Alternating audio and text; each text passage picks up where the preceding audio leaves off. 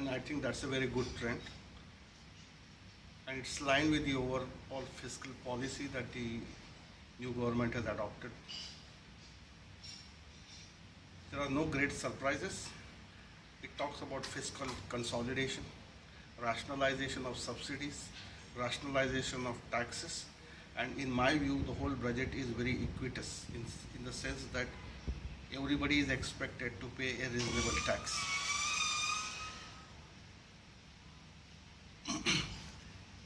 There is certain definiteness about the whole budget, and I think that's good for the country, for the industry, for the trade.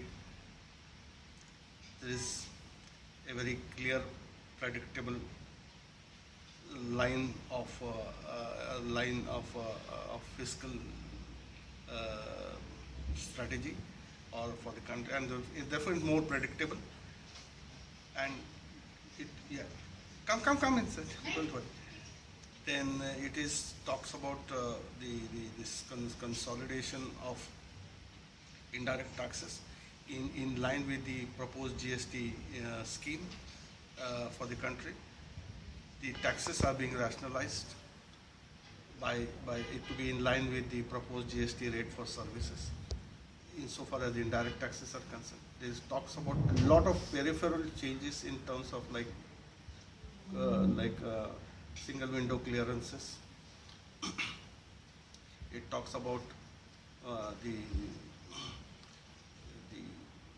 monetization of gold, lowering of rates for basic raw materials, which will encourage the manufacture in India.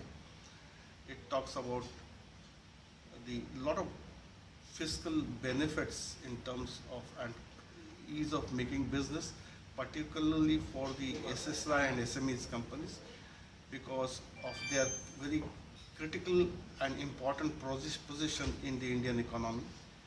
They provide employment to almost 40% of the Indian population, and therefore the government has a very clear strategy for SMEs.